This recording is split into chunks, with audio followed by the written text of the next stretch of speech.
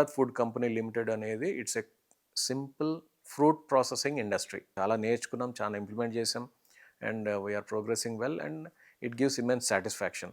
జనాలకైనా ఎక్కడికైనా వాళ్ళు ఎవరు తింటారు, ఎండ్ యూజర్ ఎవరు అనేది మనకు తెలియదు.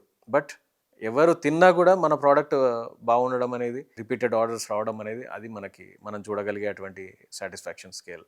దీనికి కొద్దిగా వేరియేషన్ ఏంటంటే అండి, వెరీ సూన్ ఒక 1.5 ఇయర్లోనే మన భారతదేశంలోనే మన తెలంగాణలోనే ఈ ఫ్రూట్స్ ప్రాసెసింగ్ ఇండస్ట్రీ ఒకటి ఎస్టాబ్లిష్ చేద్దామనేది చాలా స్ట్రాంగ్ అంబిషన్స్ ఉన్నాయి.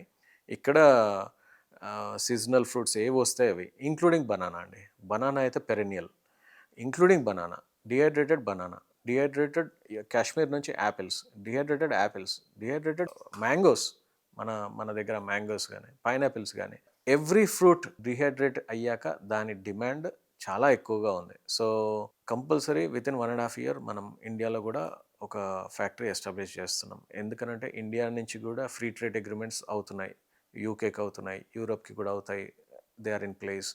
సో ఇండియా నుంచి తయారు చేసి ఎక్స్పోర్ట్ చేస్తే మనకి ట్యాక్స్ బెనిఫిట్స్ కూడా ఉంటాయి. కాబట్టి ఫ్రీ ట్రేడ్ అగ్రిమెంట్స్ ఇంప్లిమెంటేషన్లోకి వచ్చినప్పుడు డెఫినెట్గా will take that as an opportunity. And మనం